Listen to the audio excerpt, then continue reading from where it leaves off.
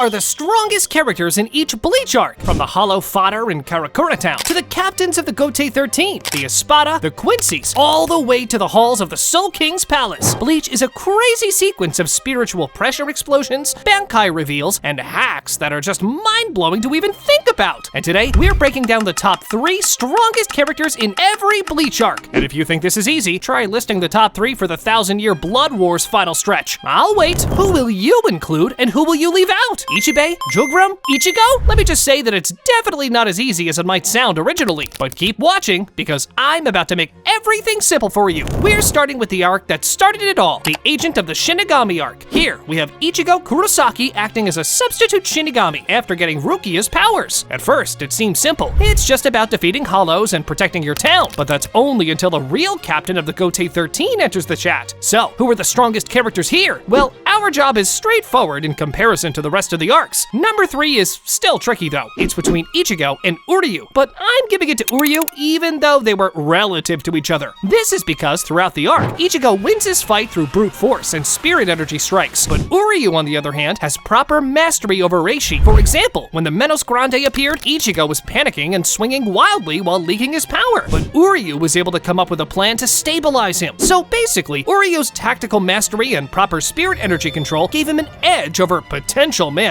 Ichigo. Next, for number 2, we have Renji Abarai. After revealing his Shikai, Zabimaru, he was able to catch Ichigo off guard with a single whip-like strike of his blade. And even though Ichigo manages to overwhelm Renji in response, after his Reiatsu increases, Renji is more deserving of the spot in the top 3 than Ichigo. Why? Because at this point, Ichigo was still figuring it all out for the first time, and he was getting caught off guard constantly. Of course, number 1 is obviously Byakuya Kuchiki, the captain of the 6th division. He's our first introduction to captain level strength, and honestly, there's no comparison. When he uses Senka, he moves so fast that Ichigo gets perception blitzed. He then basically leaves Ichigo out to die after taking Rukia's powers back. Now, what if I told you that the characters of Bleach may not be so imaginary after all? Because with Polybuzz AI, you can now chat with them about anything you want. For example, the other day, I asked Ichigo the following question. Remember when Rengiku started undressing? If you weren't interested then, why did you peep through your hands to see what was going on? What? This was Ichigo's reply? Well, once you download Polybuzz yourself, you can ask him yourself and find out. You see, with Polybuzz AI, you can talk with your favorite anime and fictional characters and have all sorts of discussions with them, as if they were actually your best friends. Whether Goku, Gojo, Naruto, Luffy, Ichigo, or even your favorite waifus like Nami, Robin, Zaraki, Kenpachi, or Rihime, and many more, Polybuzz makes your wildest dreams a reality. And what can you talk about with them? Anything. And I mean anything. Free, enjoyable, and the best part,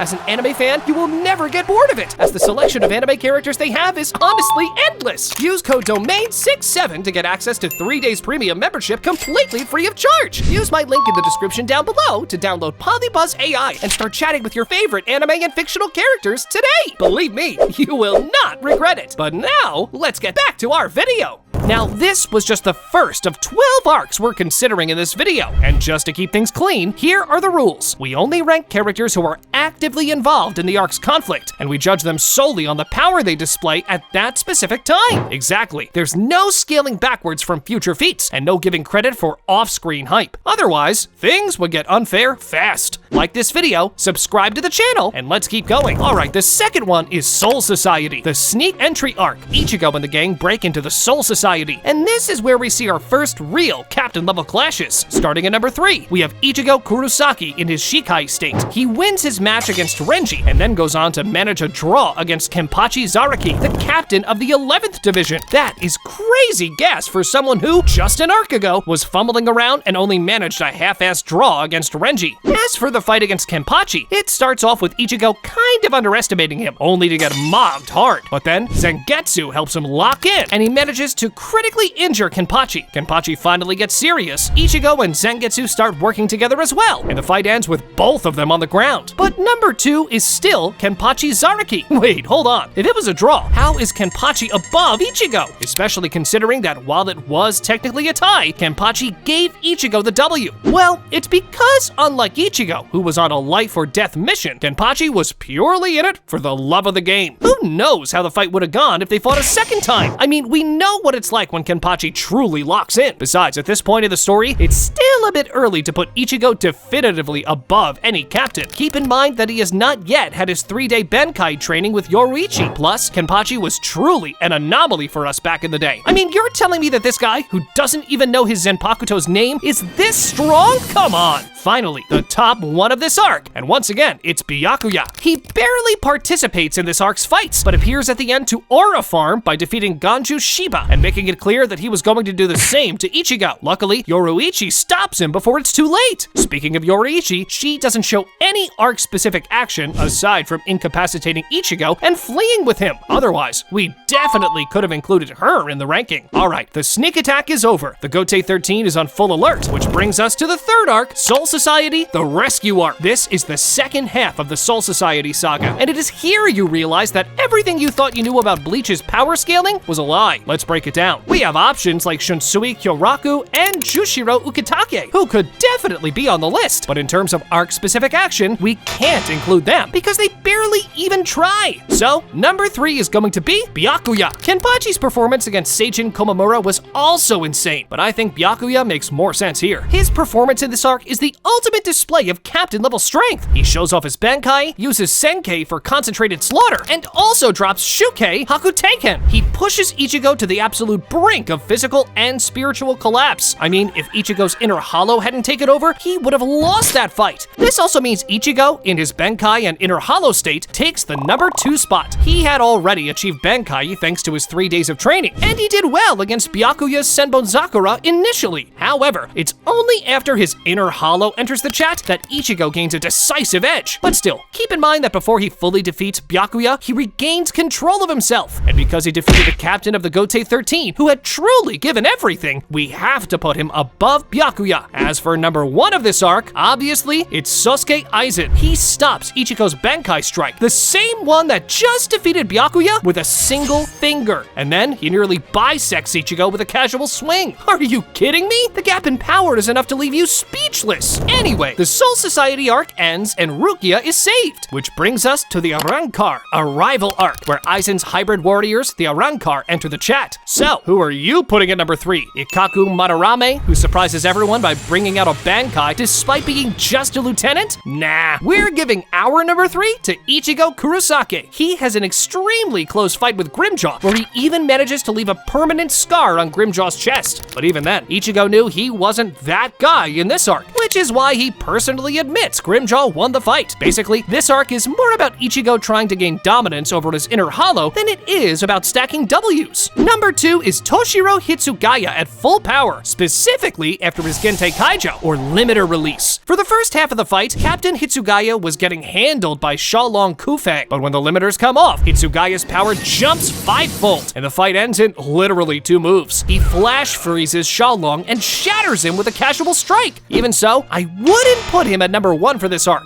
That spot belongs to Grimjaw Jaeger Yasuke, the 6th Espada. Grimjaw fights Benkai Ichigo with his bare hands and tanks Ichigo's strongest attack, the Black Getsuga Tensho, just to aura farm. Plus, it keeps getting worse for Ichigo because his inner hollow begins to take over prematurely. Luckily for him, the fight ends because Kaname Tozen calls Grimjaw back to Hueco Mundo, but Ichigo personally tells Renji that he lost. Grimjaw was simply that guy in this specific arc of the Arrancar saga. Next, it's time to take the fight to the enemy's home turf. Arc number 5 is the Hueco Mundo sneak entry of the Arrancar saga. Let's see, who's number 3 here? Grimjaw and Toshiro Hitsugaya, who were the top 2 from the previous arc, don't even get a spot here because masked Benkai Ichigo edges them out. But before we talk about him, we have someone else at number 3. It's Luffy a Tenor, the temporary 6th Espada. Luffy takes on 4 high-level Shinigami at the same time. We're talking Captain Hitsugaya and 3 lieutenants, and he had them all on edge. Yes, he ultimately lost, but throughout that fight, he clearly scaled above his opponents. I mean, the Shinigami side even needed a clutch from Urahara. Going back to masked Benkai Ichigo, he's number 2. After gaining dominance over his inner hollow, Ichigo trains with Hiyori to increase how long he can maintain that form. Fast forward a month later to his rematch with Grimjaw. He can only stay in this state for 11 seconds, but that turns out to be enough, at least to get him in the top 3, because for those 11 seconds, Ichigo completely humbles Grimjaw. However, he fails to actually defeat him, which leaves Ichigo at Grimjaw's mercy once the mask breaks. Fortunately, Ichigo survives thanks to the arrival level of Rukia and Shinji. Also, to clarify, Ichigo without those 11 seconds is also below Loopy. But anyway, finally, the top one of this arc is, obviously, without a doubt, Shinji Hirako. While Ichigo could only do well for 11 seconds, Shinji was able to casually outclass Grimjaw. He simply dons his own mask, blasts Grimjaw with a Sero, and leaves him as pissed off as he is cornered. Grimjaw tries to pull out his Resurrection to turn the tide of the battle, but Ulquiorra appears and tells him they're leaving. Which brings us to the 6th arc, the Fierce Fight arc, otherwise known as the Hueco Mundo arc. This is arguably the most action-heavy part of the Arrancar saga, where all hell finally breaks loose. For the number 3 spot, we have options like Chad, with both his arms awakened, who defeated Gantenbein Mosqueda, Rukia, who manages to defeat Aranero, the 9th Espada, and Uryu, who fires his Seelie Schneider through Cirucci to seal away her spiritual power. But these 3 are still background noise compared to the top 3 of this arc. In fact, even Grimjaw Yeager Yasquez in his released form Pantera doesn't make the cut. Keep in mind, this is Grimjaw at his absolute most serious best during his 3rd fight against Ichigo. Even though he loses, he puts up an absolutely crazy show, especially when he impales Ichigo through the stomach using his most powerful attack, Descaron. But even with all that, we still can't put him in the top 3. And number 3 goes to Neutra Gilga, the 5th Espada. He enters the chat and immediately incapacitates Grimjaw. Though, to be fair, Grimjaw had already been defeated by Ichigo. Neutra also critically injures Ichigo. Basically, as the 5th Espada, Neutra immediately displays his objective superiority over Grimjaw. However, I still put Ichigo above Neutra at number 2. Why? Because unlike Neutra, who only appears at the very end of the arc, Ichigo gets a decisive W against peak Grimjaw. And remember, he did that after basically being killed by Ulquiorra earlier. Speaking of which, number 1 is Ulquiorra Cypher. The 4th Espada finally gets enough action to claim a spot on the list, and his feat is arguably the most dominant in the series so far. He kills the protagonist without even releasing his sword. Ichigo hits him with a brutally powerful attack, but Ulquiorra barely even feels it. He then proceeds to impale Ichigo's chest with his bare hand. That level of disrespect, combined with the fact that he's the 4th Espada, earns him the number 1 spot easily. Moving on to the Arrancar versus Shinigami arc as our 7th arc, and essentially part 2 of the Hueco Mundo saga. The scaling is actually fairly straightforward for once. Number 3 is Neutra Gilga, the 5th Espada. His durability is legendary. He survives multiple lethal strikes from Kenpachi, and after using his Resurrection, Santa Teresa, he becomes such a threat that he forces Kenpachi to actually use a technique, Kendo, to win. But he still sits below number 2, Neliel 2 Odoschwank's adult form. Basically, considering how she gains a decisive edge over Neutra in her adult state, not to mention her Cerro Doble and her combat experience as a former 3rd Espada, it's clear that based on the hierarchy and her performance, she was physically and spiritually superior to Neutra. She would have definitely won that fight if her transformation hadn't timed out at the worst possible moment. Next, number 1 is of course Kenpachi Zaraki. He defeats the 5th Espada, the man who supposedly had the strongest skin of all Arrancar, simply by adjusting his own power scaling. This is honestly funny because how does Kenpachi even scale himself? Well, regardless, as I mentioned, once Neutra releases his Resurrection, Kenpachi stops playing around and uses Kendo, and that one two-handed sword strike was all it took to cut the 5th Espada down for good. Finally, for the 8th arc, we've reached the climax of the Arrancar saga, the fake Karakura Town arc. This one is tricky. You've got Jin Ichimaru, who literally kills Aizen, at least until the Hogyoku brings him back in an evolved form. There's also Isshin Kurosaki, Kisuke Urahara, and Yoruichi Shihoin, who take on that evolved Aizen as a trio. But even these don't crack the top 3, because their involvement and the power they show isn't as central to the arc's endgame as our top picks. Number 3 is actually Ulquiorra Cypher in his Segunda Etapa. Ulquiorra reveals a 2nd release state that even Aizen didn't know about, and his Lanza del Relámpago was powerful enough to level all of Las Noches. But then, Ichigo's Hollow took full control. For the first half of this arc, this fight was the main event, and everything else felt like background noise. Number 2 is Sosuke Aizen in his final Hogyoku fusion. This goes without saying. I mean, he manages to win against the trio of Isshin, Urahara, and Yoruichi. At this point, he represents the absolute corruption of power, an unstoppable force that logic and conventional strength simply cannot touch. We're talking about a transcendent,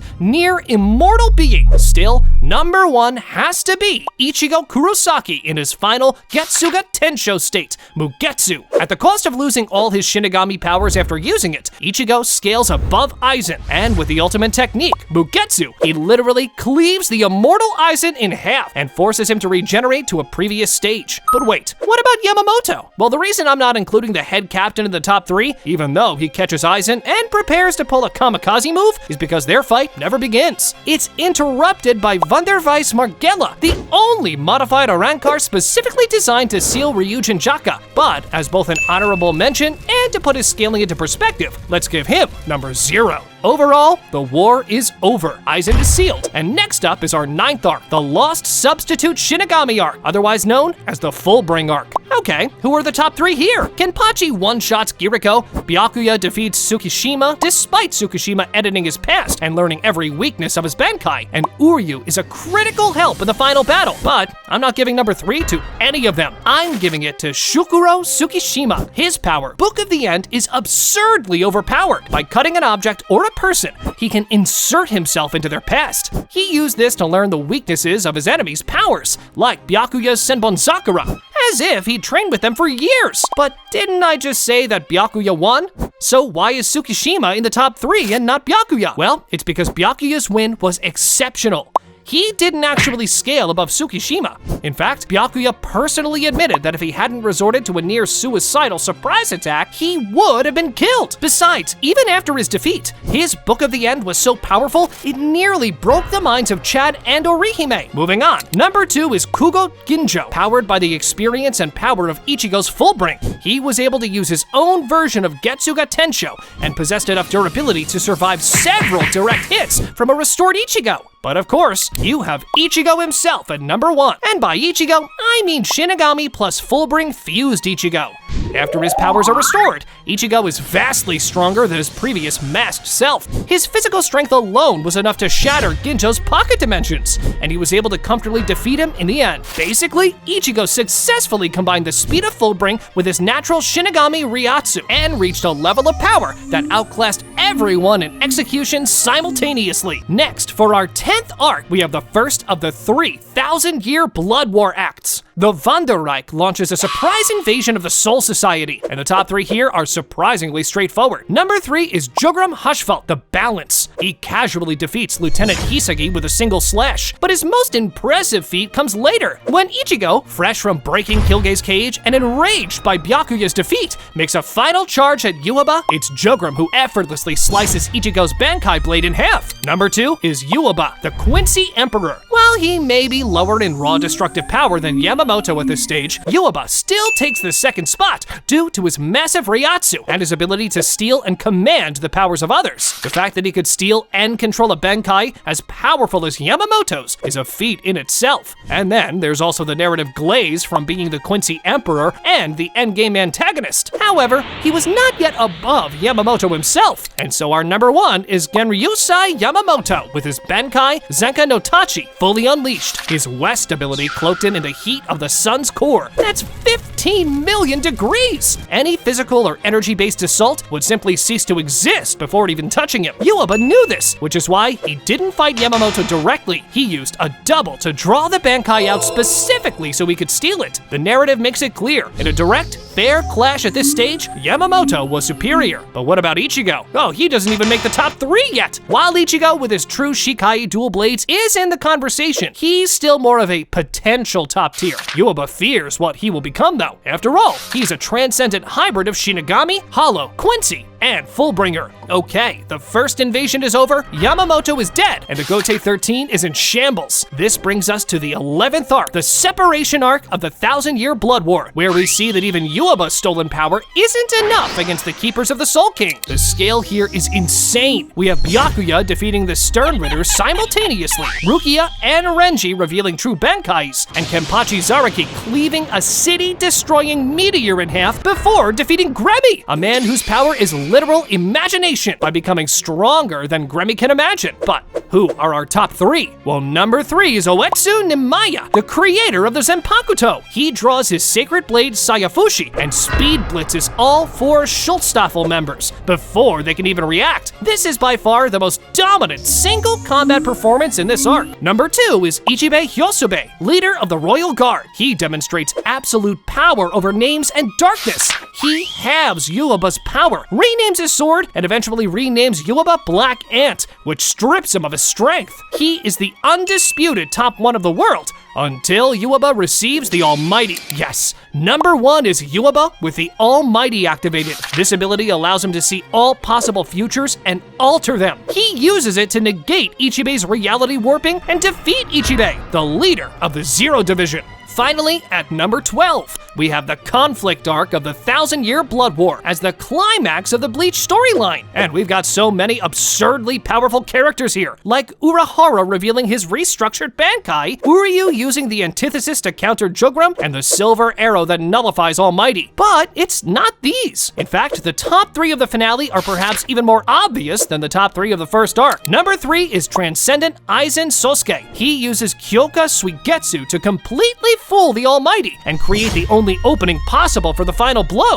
Number 2 is Ichigo Kurosaki with True Bankai and his merged hollow form. This is the perfect synthesis of his powers. In this state, his Getsuga Tensho fused with a Gran Reisero is so powerful, it forces Yuaba to acknowledge his strength. His True Bankai Tensa Zangetsu literally frightened Yuaba to the point that he used Almighty to shatter it the moment it appeared. Plus, with his original blade, and thanks to the opportunity created by Aizen and Uryu's silver arrow, he cuts Yuaba in half and defeats him. But Yuaba is still number 1. After absorbing the Soul King and the powers of his fallen Stern Ritters via Asfallen, including Jugram and Gerard at the end, Yuaba scales above every character at their peak. The only reason he was defeated was a perfect sequence that involved Aizen's illusions, a Deus Ex Machina silver arrow, and Ichigo's final strike. Thanks for watching this video. Make sure you like and subscribe, and click on this video next for more awesome anime content. Go on, check it out!